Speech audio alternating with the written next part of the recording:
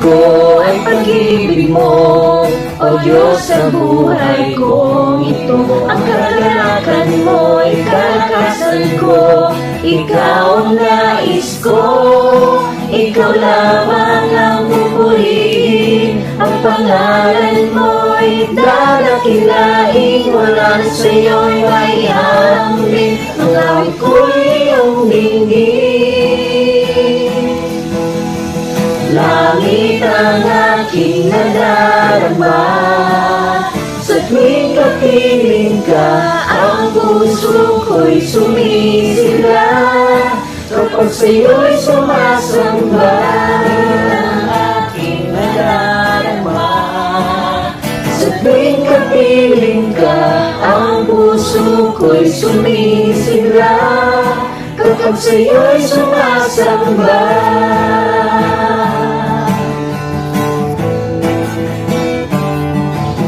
Kailangan ko ay pag-ibig mo, O Diyos sa buhay kong ito. Ang kalalakan mo ay kalakasan ko, Ikaw ang nais ko, Ikaw lamang ang pupurihin. Ang pangalan mo ay dadakilain, wala na sa'yo'y maihambing. Ang awit ko'y iyong dinggin. Langit ang aking nadarama, sa tuwing kapiling ka, ang puso ko'y sumisigla. Kapag sa'yo'y sumasamba, ang aking nadarama, sa tuwing kapiling ka, ang puso ko'y sumisigla. Kapag sa'yo'y sumasamba.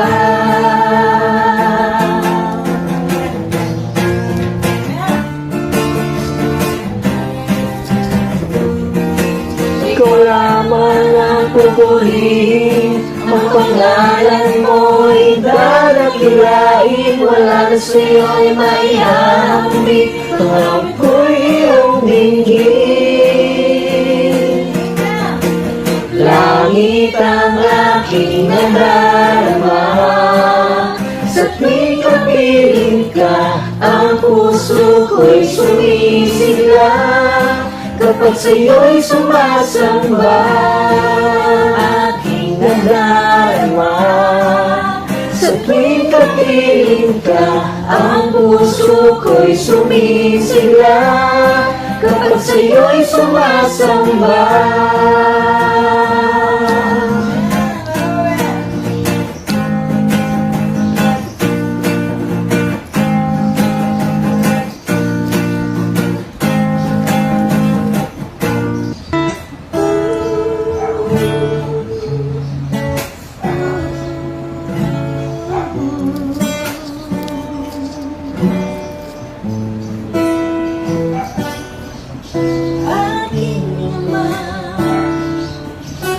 Dakila ang iyong pag-ibig ay walang katulad. Ikaw ang Alpha at Omega, karapat-dapat ka sa aking pagsamba. Aking naman, dakila ka, ang iyong biyaya'y sapat kailanman. Ikaw ang aking kalakasan, pupurihin ka, itataas kita. Ikaw, Jesus, ang aking awit, ang aking buhay, sa'yo iaalay. Ikaw, Jesus, ang aking sandigan, kapayapaan at aking kalakasan.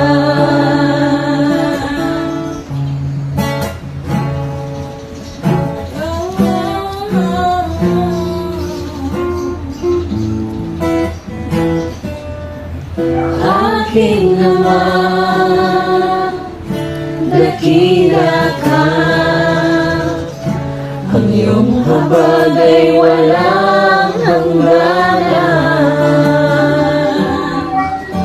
Ikaw ang aking manunubos.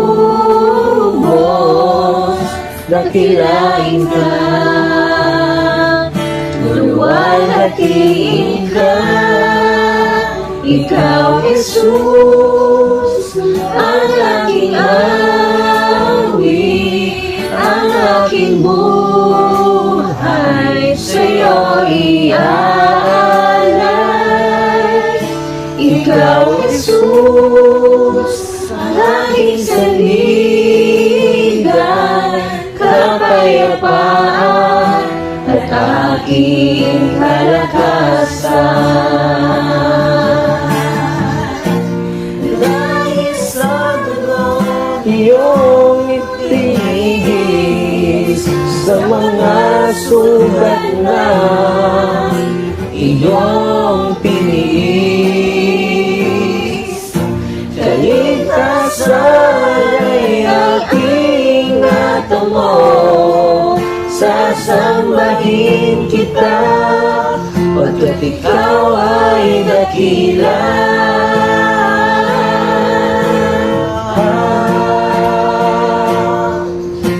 Ikaw, Jesus, ang aking awit, ang aking buhay sa'yo iaalay. Ikaw, Jesus, ang aking saligan, kapayapaan at aking kalakasan. Ikaw, Jesus, ang aking awit, ang aking buhay sa'yo iaalay. Ikaw, Jesus, ang aking saligan,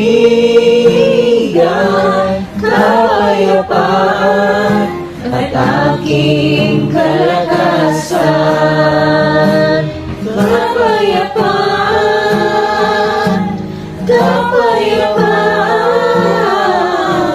kapayapaan at aking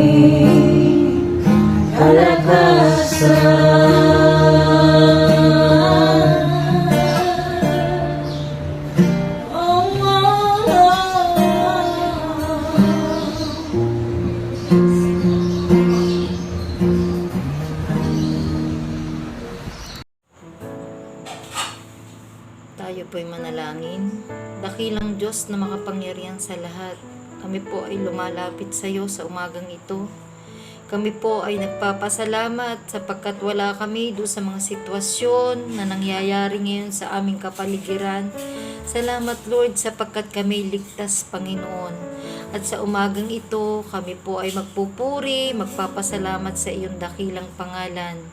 Buksan mo po ang aming mga puso, ang aming mga iisipan, para yung lahat ng aming mapapakinggan sa umagang ito ay maging lakas namin para sa pang-araw-araw naming buhay. Maging Panginoon, sa lingkod mong gagamitin, sa umagang ito, basbasan mo po ang kanyang mga labi at bigyan mo po ng kapangyarihan ang bawat salita na lalabas sa kanyang mga labi, O God. Salamat po, Panginoon. Pagpalain mo po ang bawat isang makikinig at nawa, Lord, ay patuloy na pag-iingat ang aming hinihiling, Panginoon ko. Salamat po, O Diyos. Minsan pa, ibinabalik po namin sa iyo ang papuri at pasasalamat sa dakilang pangalan ni Jesus.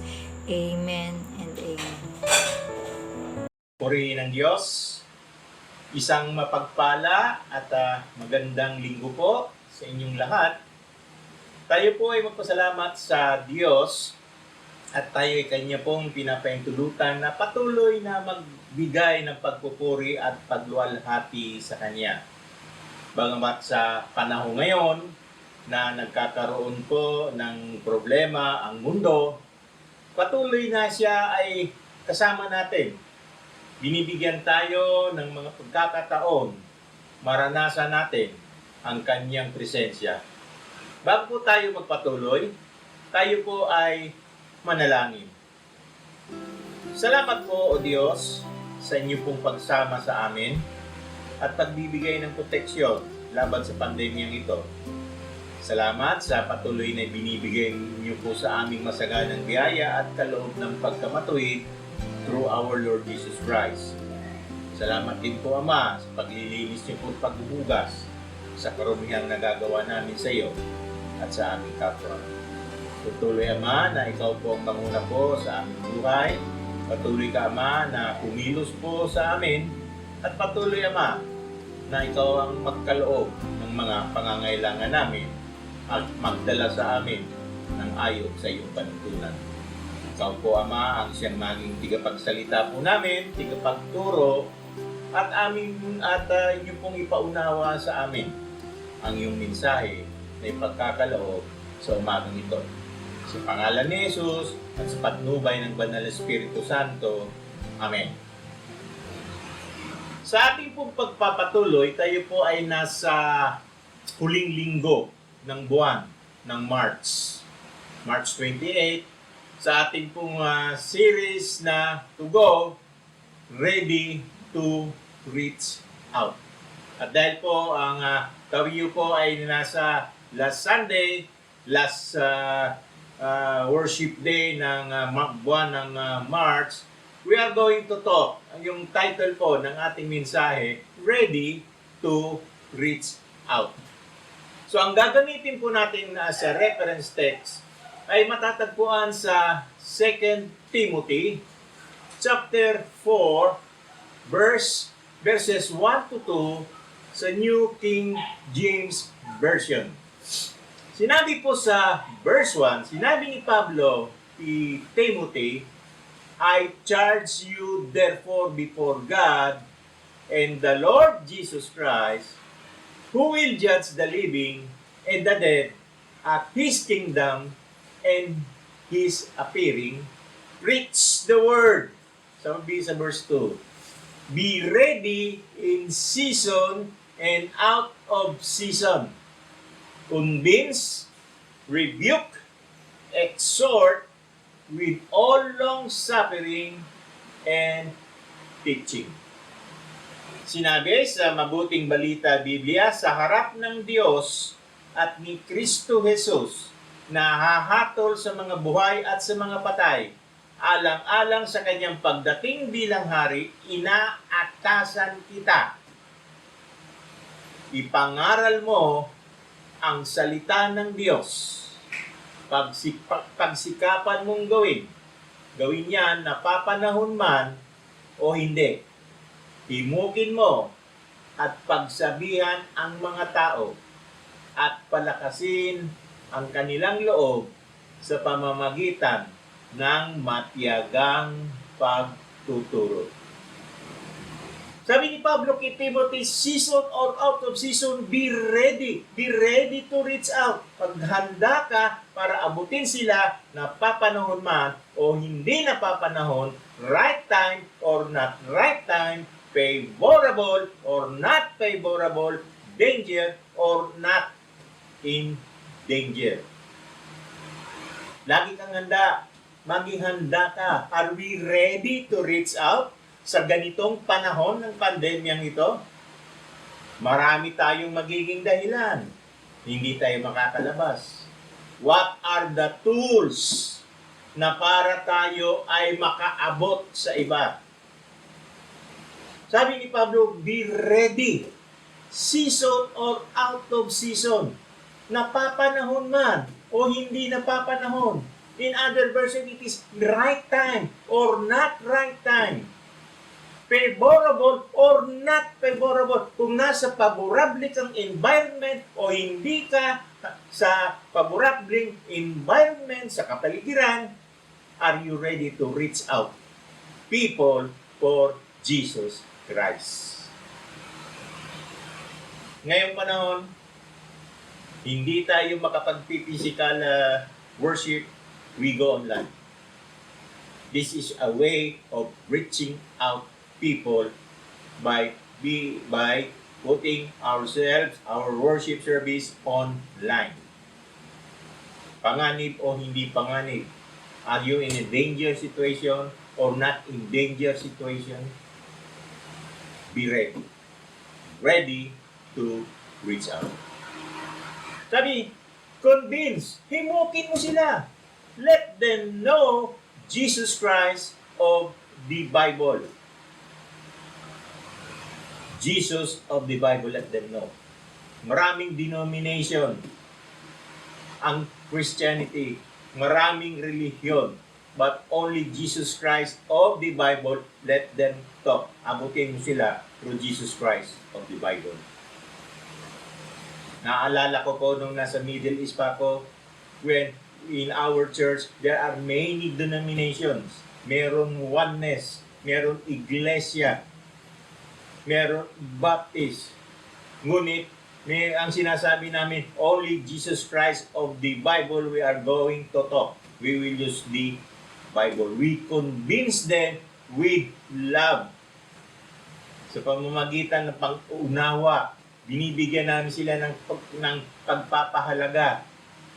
We talk about Jesus Christ. Convince them. Rebuke.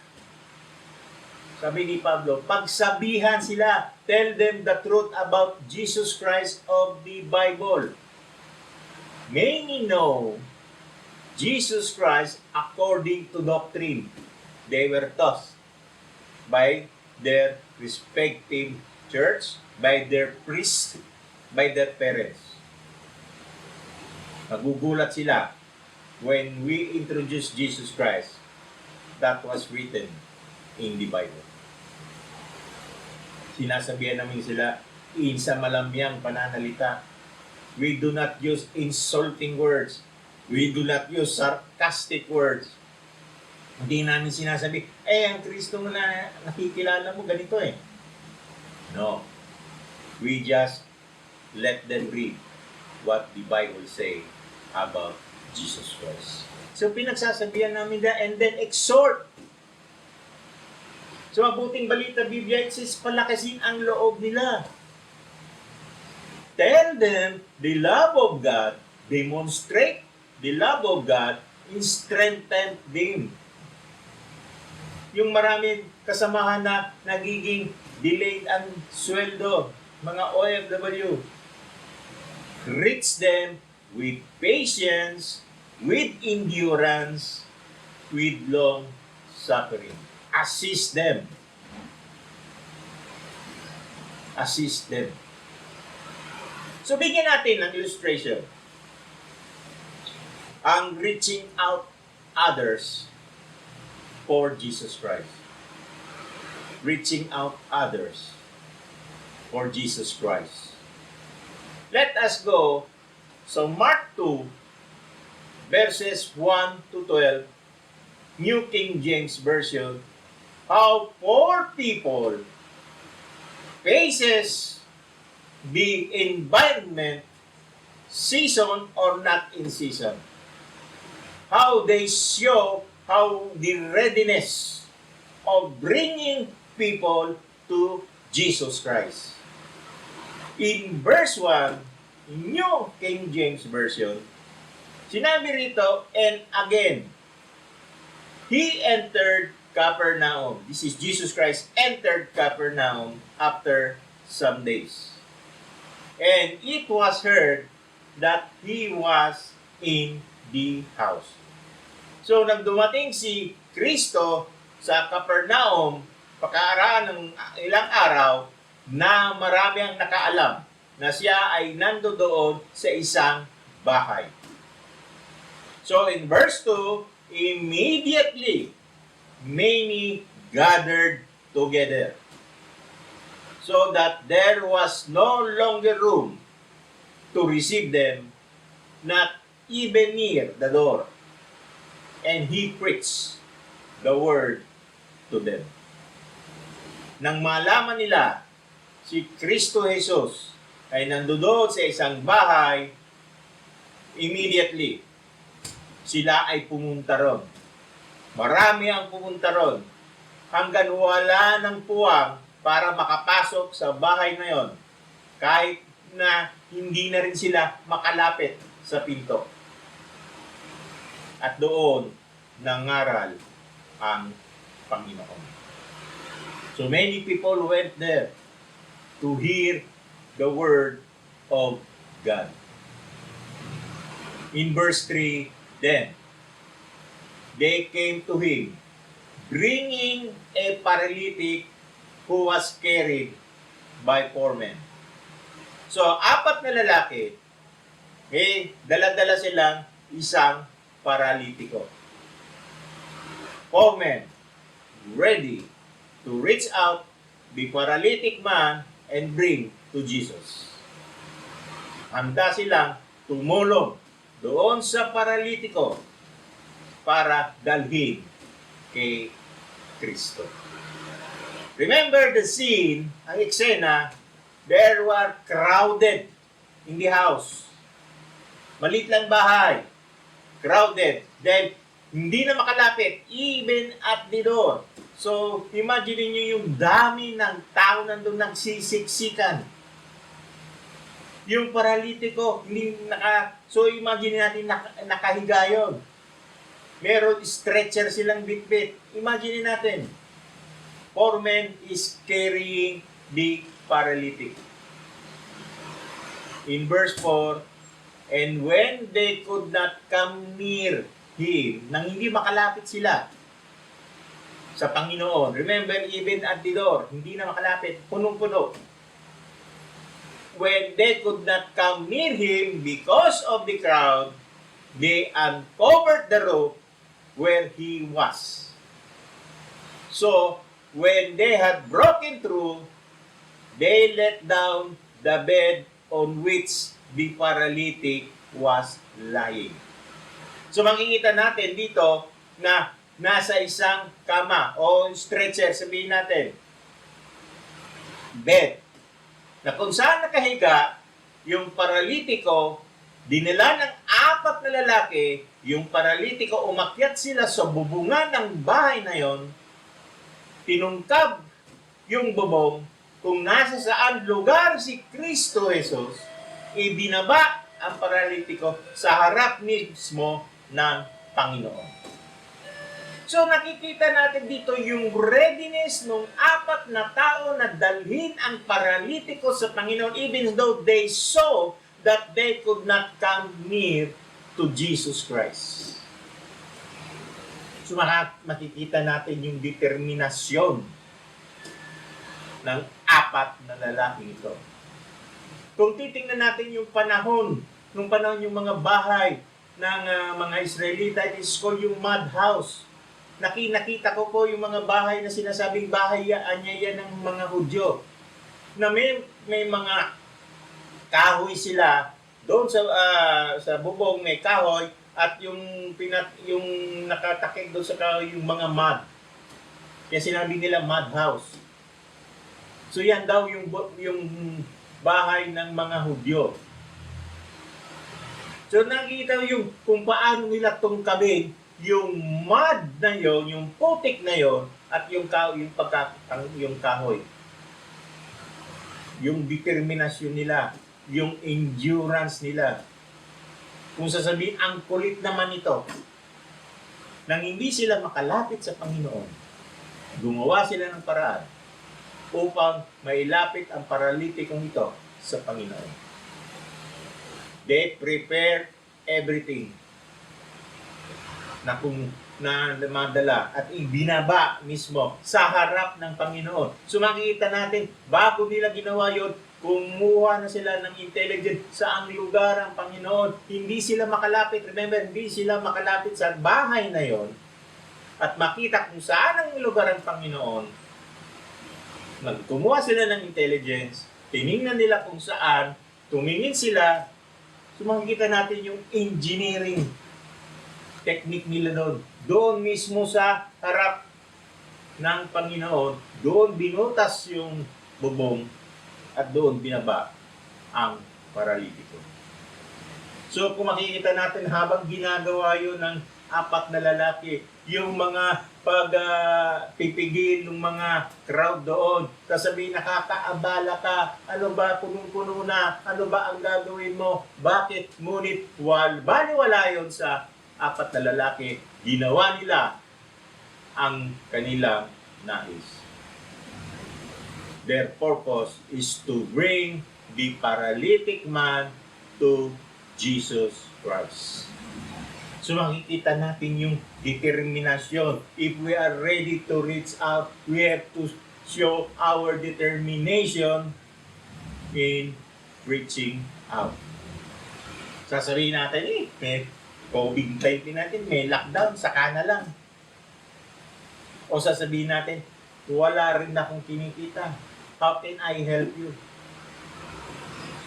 In verse 5, when Jesus saw their faith, He said to the paralytic, "Son, your sins are forgiven."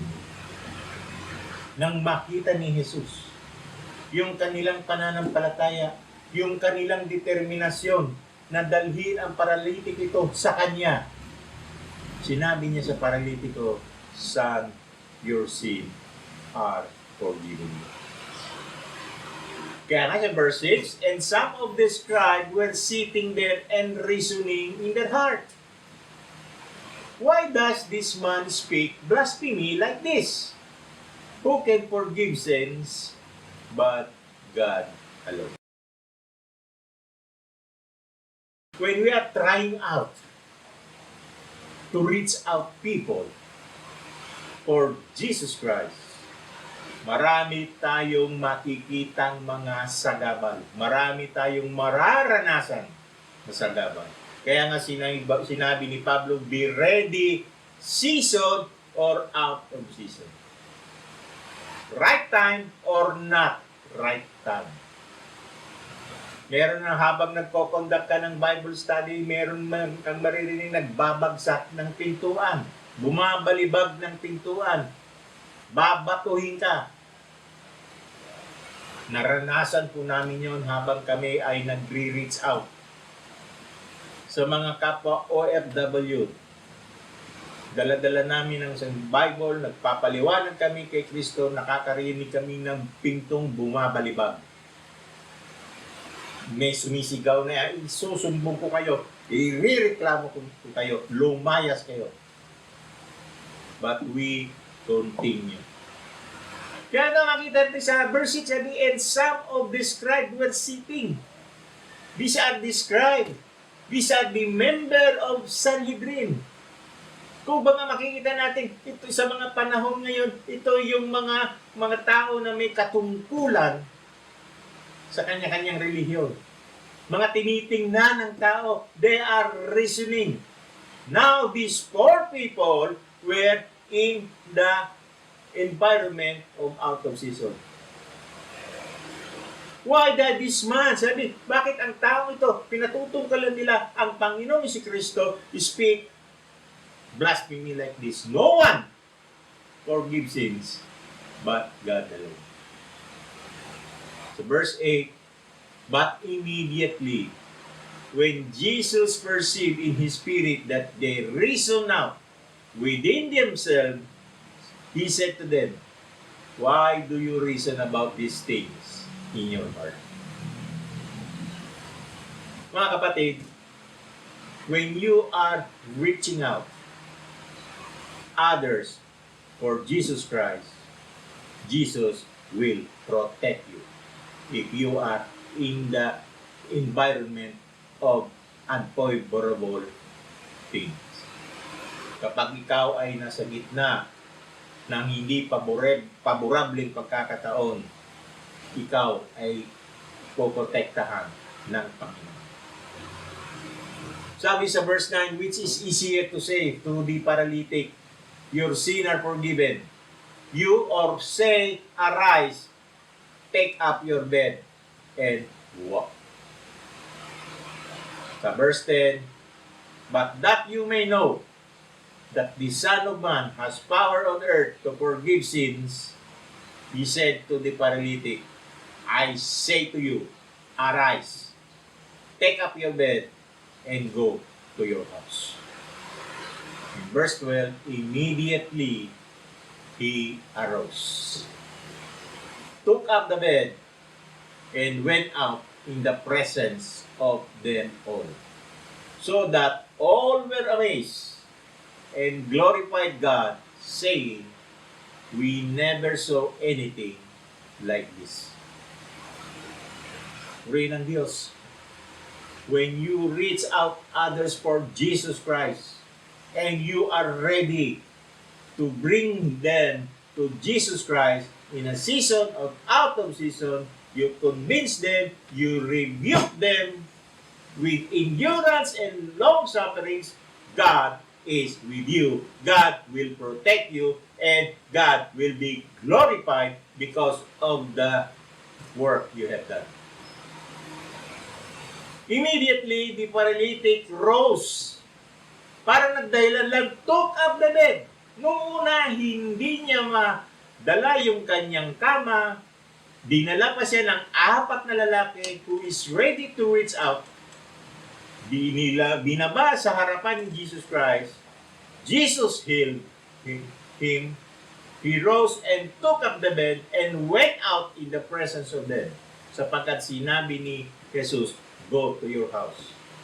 All were amazed and glorified God. We never saw anything like this.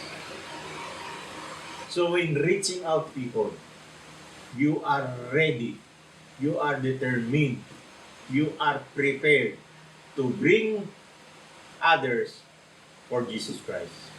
Hindi ka nawawalan ng pag-asa because of the action of these 4 men who are ready to reach out the paralytic man and bring to Jesus. Events had happened that they convinced themselves. They convinced themselves that they could bring the paralytic man to Jesus. Nandoon. Nakita nila na kailangan talaga itong paralytikong ito ay iharap natin, ilapit natin kay Jesucristo. Hindi sinabi sa Biblia na these 4 men are the relatives of the paralytic man.